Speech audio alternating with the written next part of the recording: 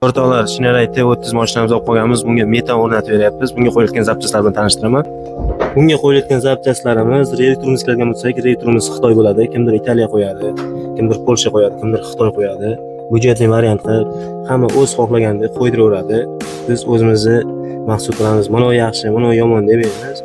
Bemalol o'zlaring, hamma zapchastlar bor, o'zlaring tanlab bemalol qo'ydirishlaring mumkin.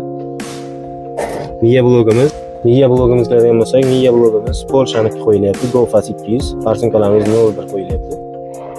Reelektorni italyanskiy qo'ysam yaxshi bo'lardi. Endi cho'ntagi bo'lib deb, sal arzonroqligi uchun bundan qo'ydiryapti akamiz. Zapravochlari yonida bo'ladi. Gaz quyishga udobna bo'lish uchun. Orqa qismiga 265 ta o'rnatib berganmiz. Bunaqa osilib qolmasligi uchun va katta balon qo'yganda lentalar uzilib ketmasligi uchun sal kichikroqni qo'ygan 65 talik. Bu bilan ham ancha masofani bosib o'tadi. Shunaqa xizmatlar kerak bo'lsa, bemalol o'zimizga qilisizlar.